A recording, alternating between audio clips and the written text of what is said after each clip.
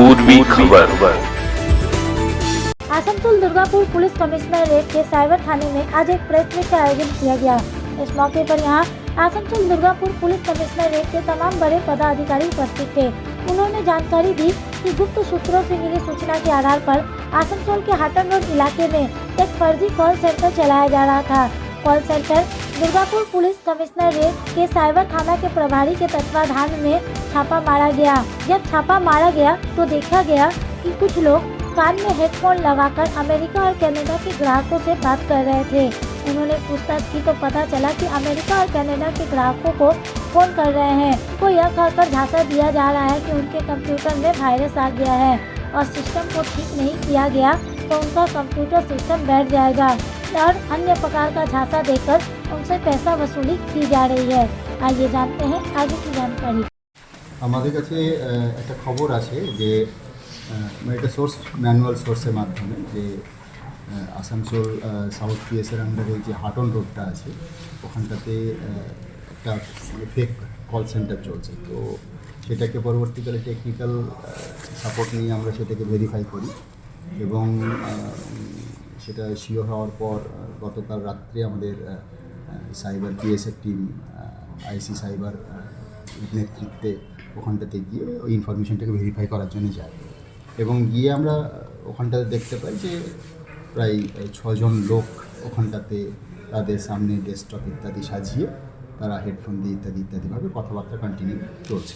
যখন তাদেরকে ভেরিফাই করা হয় তখন জানতে পারা যায় যে ওরা বেসিক্যালি তখন রাত্রি নিয়ার অ্যাবাউট 12টা সাড়ে 12টা তখন ওরা কন্টিনিউ যখন কথাবার্তা বলছে এবং পরবর্তীকালে ওদের প্রাইমারিলি জিজ্ঞাসাবাদ করতে শুরু করা হয় তখন আমরা বুঝতে পারি যে ওরা বিদেশি যে বিভিন্ন লোক আছে তাদের সাথে কথাবার্তা বলছে।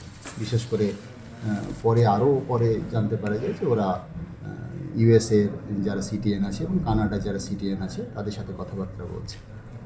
তো আরও যখন জিজ্ঞাসাবাদ করতে শুরু করা হয় তখন আস্তে আস্তে আসল ঘটনা বেরিয়ে আসতে শুরু করে যে ওরা আস্তে আস্তে স্বীকার করতে শুরু করে যে টেকনিক্যাল সাপোর্টের নাম করে ওরা বিভিন্ন ফরেন কান্ট্রি বিশেষ করে ইউএসএ এবং কানাডা যে সাধারণ মানুষ আছে তাদেরকে টেকনিক্যাল সাপোর্টের নাম করে তাদের সিস্টেম ইত্যাদি হ্যাক করে নিয়ে সিস্টেম ইত্যাদি তাদের যে কম্পিউটার সিস্টেম যেগুলো থাকে সেগুলোকে তারা হ্যাক করে নিয়ে অ্যান্টিভাইরাসের নাম করে আর কি হ্যাক করে নিয়ে তাদের কাছ থেকে একটা মোটা টাকা তারা এটাকে দাবি করে আর কি।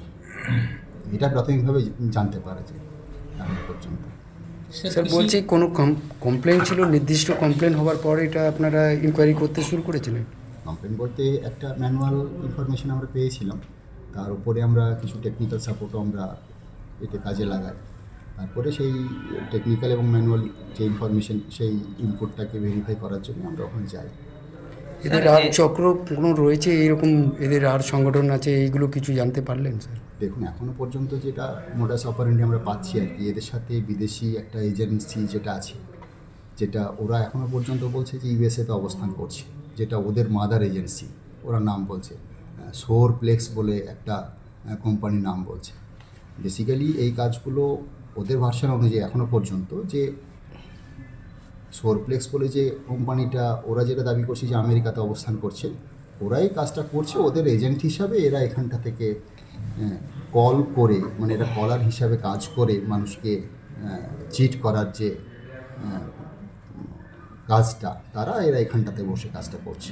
কী কী জিনিস এখনও আপনারা এদের কাছ দিয়ে নিয়েছেন পেয়েছেন মানে বলতে? আমরা ওখানটাতে গিয়ে যেগুলো আর কি পেয়েছি আর কি ফর্মাল ওইগুলো মেনটেন করে, তার মধ্যে আমরা পেয়েছি মোটামুটি প্রায় 8টা এসএসডি পেয়েছি এবং 4টে হার্ড ডিস্ক পেয়েছি, কিছু ডায়েরি ফাইল ইত্যাদি পেয়েছি এবং আরও বেশ কিছু অ্যাক্সেসরি আমরা পেয়েছি, সেগুলো ওদের কাছ থেকে আমরা সিজ করতে পেরেছি। सर कितना का अमाउंट चिट किया है लोग?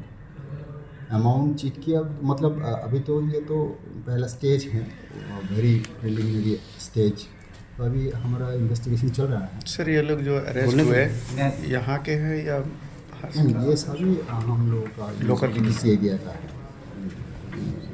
तो हाँ एग्जैक्टली, इसके जो मोडस ऑपरेंडी था उसके बारे में मैं थोड़ा बोल दूँ। ये जो সোরপ্লেক্স যে কোম্পানিটার কথা ওরা বলছে, ওরা বেসিক্যালি আমেরিকান সিটিজেন এবং কানাডা সিটিজেন থেকে ব্লাস্ট মেল পাঠাতো আর কি। ব্লাস্ট মেল পাঠিয়ে যে তোমাদের কম্পিউটার ইত্যাদি ভাইরাস অ্যাফেক্টেড হয়েছে, ইমিডিয়েটলি যদি সেটাকে রিকভার না করা হয় তাহলে ক্র্যাশ করে যাবে ইত্যাদি ইত্যাদি, এবং তার জন্যে তোমরা এই নাম্বারে ফোন করো বলে এরকম টাইপের মেল পাঠাতো, যেটা এখনও পর্যন্ত জানা যাচ্ছে।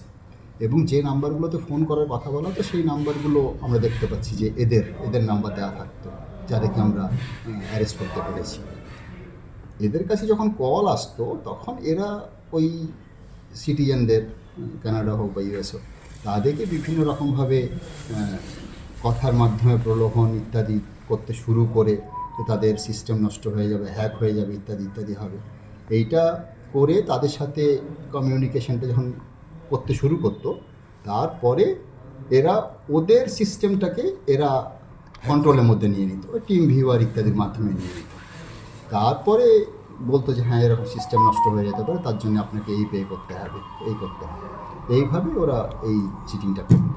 কতজনকে এখনো ধরা হয়েছে আর এরা কোথাকার সব বাসিন্দারা? আমরা এখনও পর্যন্ত 6 জনকে অ্যারেস্ট করেছি, কালকে আমরা 6 জনকে পেয়েছিলাম, ওখান থেকে 6 জন কাজ করছিল। এবং এরা আমাদের সবই আসানসোল মানে এডিপিসি এরিয়ারই লোক আছে।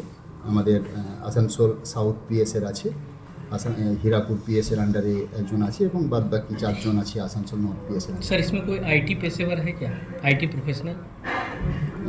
আমরা এখনও পর্যন্ত এদের সাথে কথাবার্তা যেটুকু বলে বুঝতে পারছি, এখনও পর্যন্ত এরকম কংক্রিট কোনো প্রমাণ আমরা পাইনি। এদের তো নামগুলো নাম হচ্ছে প্রথম আতাহার আলী আজম, আর নিজেদেরকে আবার ওরা ইউএস সিটিজেন হিসাবে যখন কল করতো তখন নিজেদেরকে ইউএস সিটিজেন হিসাবে পরিচয় করতো, এবং ওদের নামটাও ওরা অন্যরকম বলতো, মানে আমেরিকান টাইপ নাম এরকম।